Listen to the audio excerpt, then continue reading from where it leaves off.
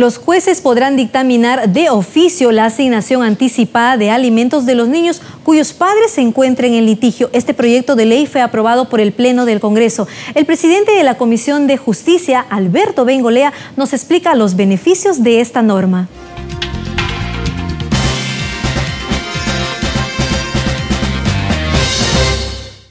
Estamos bastante contentos en la comisión porque ha habido un nivel de producción más que importante. Al seno de nuestra comisión, no tengo los números exactos, pero llegaron más de 60 proyectos de ley. Es la comisión que más proyectos de ley recibió y ha sido con largueza la comisión que más proyectos de ley ha evacuado, que ha convertido en dictámenes, varios de los cuales se han convertido además ya en leyes. Cualitativamente hablando, también debo señalar mi contento, porque creo que se han producido buenas normas y porque creo que el trabajo que se está haciendo para lo que viene después, que es bastante ambicioso, también es un trabajo de calidad que cuenta con el soporte y además con el aporte de destacados juristas del país, a quienes pedimos opinión, quienes han prestado su concurso, quienes nos han ayudado en diferentes momentos a la comisión, de manera tal que podamos ofrecer al Pleno del Congreso los mejores dictámenes posibles, que normalmente se han convertido en ley en muchos de los casos con voto unánime de todo el Congreso. Una de las cosas por las que estamos contentos es porque hemos logrado aprobar un par de leyes, por lo menos, que benefician directamente a los niños del país. Antes de la dación de esta ley, y esto es lo que normalmente siempre ha ocurrido, cuando una madre, por ejemplo, se presentaba ante un juez para pedir alimentos para su hijo, digamos un padre que no le pasa alimentos al niño, lo que tenía que hacer era esperar el final del juicio para que en la sentencia le den alimentos, y mientras tanto pasaba un tiempo enorme. Tú dirás, oye, pero podía pedir una medida anticipada, y es verdad. El Código Procesal Civil prevé lo que son las medidas cautelares, de manera tal que en tanto termine el juicio, el juez ordena de inmediato y dice, mientras termine el juicio, como no puede esperar el niño, puede alimentarse, imagínense que le digamos a un niño pequeño, a ver niñito, espérate 1 año y medio que termine el juicio a ver si tu papá te va a dar para que te alimentes. Eso es imposible. Entonces, las personas tienen derecho a pedir anticipadamente alimentos. El problema es que para que este derecho se ejercite, el demandante tenía que pedirlo. Y si el demandante no lo pedía, el juez estaba impedido legalmente de darlo. Si no había pedido de parte del juez, no lo podía dar. Tú dirás, y bueno, ¿lo pedían siempre? No. Porque precisamente para ayudar a las madres demandantes, hace algunos años el Congreso de la República dio una ley en donde se establecía que estos juicios no requerían de firma de abogado. Porque se había visto que muchas madres no presentaban el juicio porque no tenían plata para pagarle al abogado. Y entonces lo que era una ayuda para las madres menesterosas del país terminó siendo un perjuicio. Y tú dirás, ¿por qué? Porque claro, ya no le pagaban al abogado, ellas solas podían ir ante el juez a presentar la demanda, pero ellas no conocen derecho y no tienen por qué conocer. Y al no conocer, no saben que pueden pedir la medida cautelar. Y como no sabían que pueden pedir la medida cautelar, no la pedían. Y como no la pedían, el juez no la daba. Y entonces habían procesos de 1 año, 1 año y medio. En tanto corría este año y medio, los niños se quedaban sin comer. Así de dramático. Bueno, lo que ha hecho la ley ahora es lo siguiente. El juez, de oficio, está obligado, apenas reciba la demanda de alimentos, a dictar una medida cautelar. Como que hay que difundir otra que se ha aprobado ayer y que espero también su pronta publicación. ¿Qué ocurre cuando hoy existe un niño que requiere alimentos, y te repito, en alimentos englobamos todas sus necesidades, y resulta que al padre no se le conoce? O no está acreditado, no está reconocido. Que la madre sabe que aquel señor es el padre, pero no quiere reconocerlo. Hay que hacer un juicio de filiación judicial, pues, ¿no es cierto?, de reconocimiento judicial de la paternidad. Ahora lo que se va a hacer, y esa es la ley que se aprobó ayer, es que estos procesos son acumulables. Es decir, cuando una persona se presenta a solicitar la paternidad, en ese mismo momento puede acumular la pretensión alimentaria. De manera que ya no va a ser que termina el proceso, y una vez terminado el proceso recién puedo pedir alimentos, ya no. En la misma sentencia en la que el juez falle declarando la paternidad, fallará también dictando alimentos. También contento con esa norma.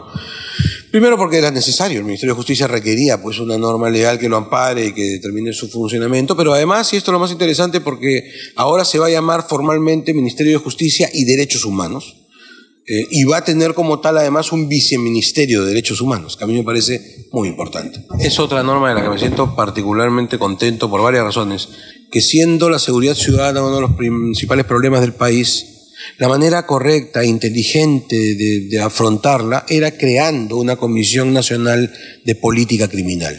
Así como el Estado tiene una política económica, así como debería tener una política deportiva, que tampoco la tiene, esa es otra de las tareas pendientes. Tiene ahora que definir una política criminal, es decir, evaluar el fenómeno delictivo del país, conocerlo, conocer sus causas fundamentalmente, para a partir de ello diseñar unas políticas de trabajo que no solamente son penales, una serie de políticas de trabajo para eliminar el crimen. Y tú dirás, ¿cómo? Fundamentalmente previniéndolo, más que atacándolo después. Lo que nosotros hacemos normalmente es decir, ya, vamos a levantar delitos, eso es atacarlo después. No, vamos a fortalecer a la policía, eso es atacar el durante. ¿Cómo atacamos el antes? Te pongo un solo ejemplo que para mí es uno de los más decidores. Los estudios antropológicos indican que dentro de la población de niños hijos de presidiarios, un alto porcentaje de esos niños, 10 años después, 15 años después, terminan en prisión también. Eso está demostrado estadísticamente. Pregunta, si sabemos que esto es así, si sabemos que esto ha ocurrido siempre, la pregunta es, ¿qué está haciendo el Estado con los que hoy son niños que pertenecen a esa población? El juez de paz es el contacto más cercano que tienen los pobladores, sobre todo en las regiones más apartadas de la capital, con el Estado. ¿Cómo se come el Estado? ¿Cómo te contactas con el Estado? ¿Qué evidencia tienes del Estado? Muchas veces es el juez de paz lo único que tienes. Muchas veces lo único que tienes es el juez de paz. Es aquel primer contacto, es aquella persona que administra justicia, que resuelve conflictos sin ser jurista, sin aplicar derecho. Y tú dirás, ¿y qué aplica? Los usos y costumbres de la población. Eso hace un juez de paz.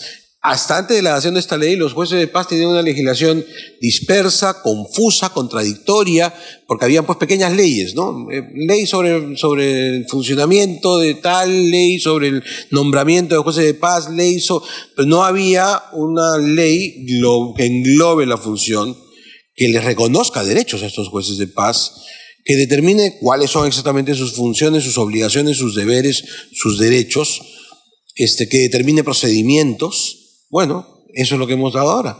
Yo quisiera en todo caso, primero que nada, agradecer la confianza que en mí depositaron mis amigos congresistas, primero los de mi bancada, luego los de otras bancadas, para darme la presidencia de esta comisión, que me encontré con la sorpresa después, resulta ser la que más trabajos tiene en el Parlamento. Precisamente por eso me propuse trabajar no solamente con calidad, sino además con celeridad, para tratar de tener un número de dictámenes primero y de leyes después que puedan ayudar. Y terminado, por eso te digo, estos primeros meses de trabajo me siento satisfecho. Y quiero anunciar que para lo que viene estamos atrás de algunos proyectos realmente que creo que son importantes. Hay modificaciones importantes que hacer en el Código Civil, hay modificaciones importantísimas que hacer en el Código Penal. Hay que promulgar ya el Código de Menores y Adolescentes para terminar con esta obsesión mía de proteger a los niños del Perú.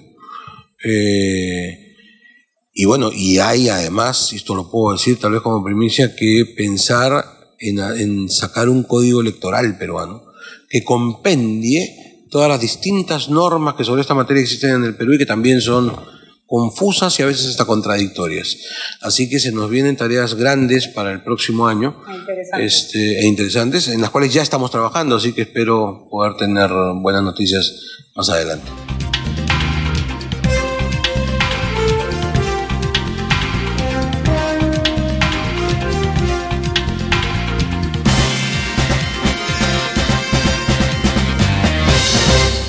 El Congreso de la República abre sus puertas al Perú.